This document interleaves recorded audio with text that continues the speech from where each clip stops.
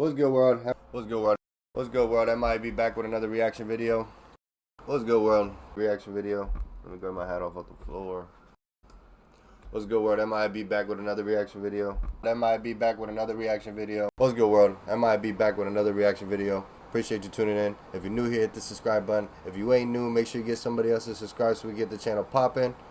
And I don't gotta pull up and pop you. Thank you for tuning in. I appreciate you. Now let's just jump straight into it.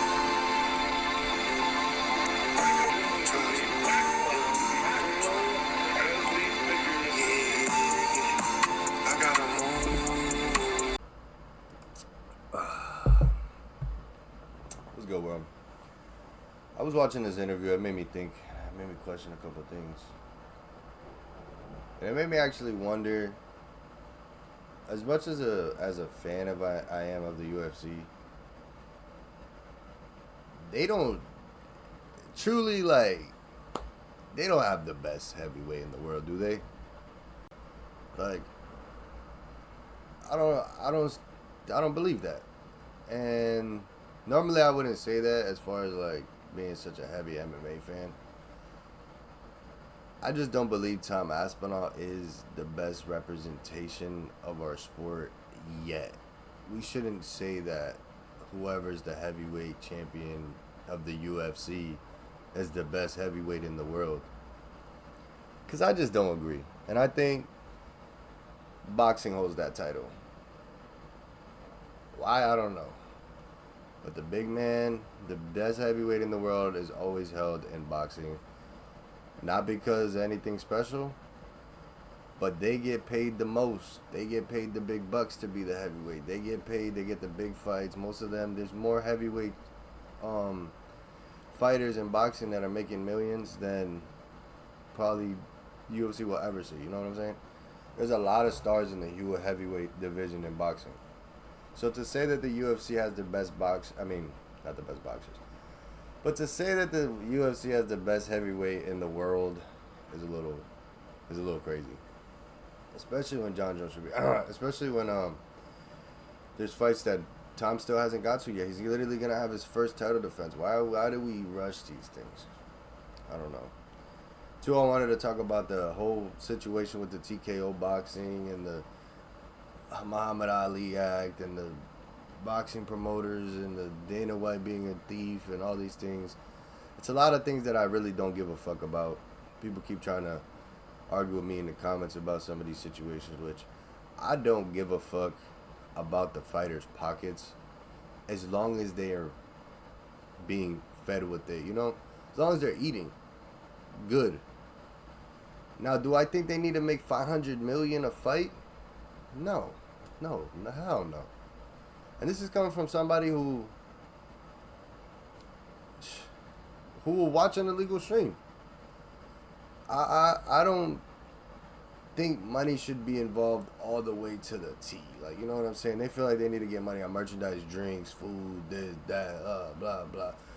It kind of gets to a point where it gets ridiculous. So, boxing has these great things, but UFC has great things too that people don't take into consideration. They just throw in the fact that Dana White is a robber, he's a thief, but they don't throw into the fact that they're getting put on a platform all year. Dana White throws on multiple cards, the same card, UFC. That brand gets thrown behind you. You get to take that with you. All you gotta do is go out there, fight, win, promote yourself, and you make some money.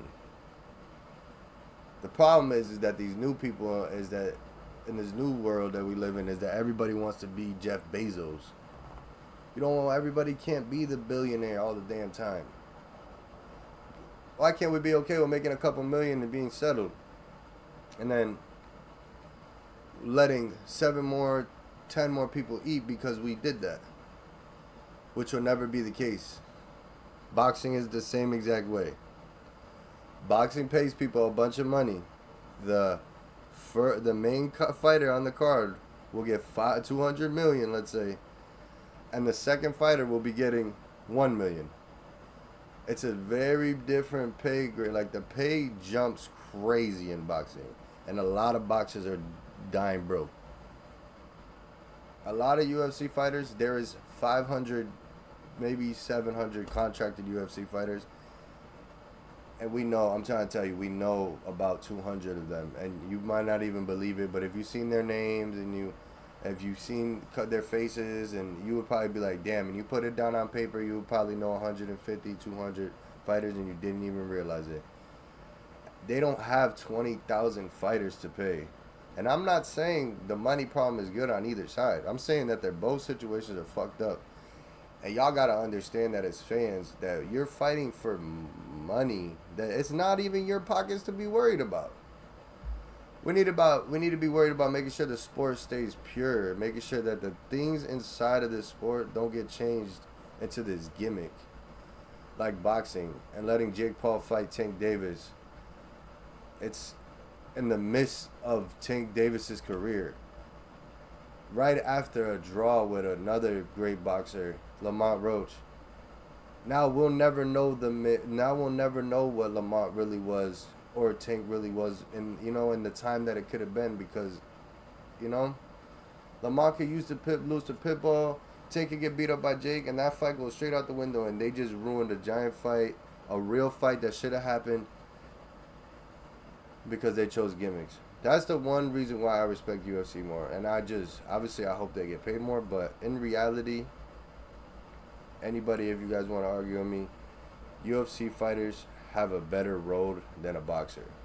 To put that UFC name out here about being able to train at the PI, being able to do all these, get all these insurance and all this, it's a way different life than being a boxer, and people need to understand that. I don't know why that's so hard to understand for certain people, some people in the back or something like that, but you would much rather want to be signed to the UFC than signed to be a professional boxer and hope that you do everything right, make every fight right, take all the hits and all that stuff, and get to the right position in order to get to that big fight. And maybe, just maybe, at the end of your career, you could get that fight. Or you could be on a trajectory for the next 10 years. Or let's say 5. Let's say if you just keep on a steady track of winning, and they're going to keep paying you, and all you got to do is keep fighting and keep staying on a steady track and use your promotion well. It's the only difference. Some of them don't know how to. That's a whole other thing. I didn't even speak about boxing promoters robbing fighters. Of course they want the Muhammad Ali Act, because they still rob fighters. There's no way around it. They find a way. And if you don't believe it, you can go look up the numbers. There's boxers right now getting robbed. Edgar Berlanga literally just called this out.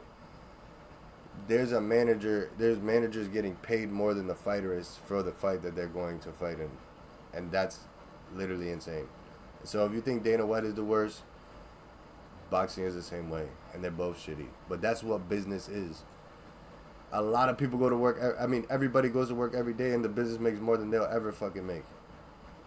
You're not supposed to make as much as the business makes.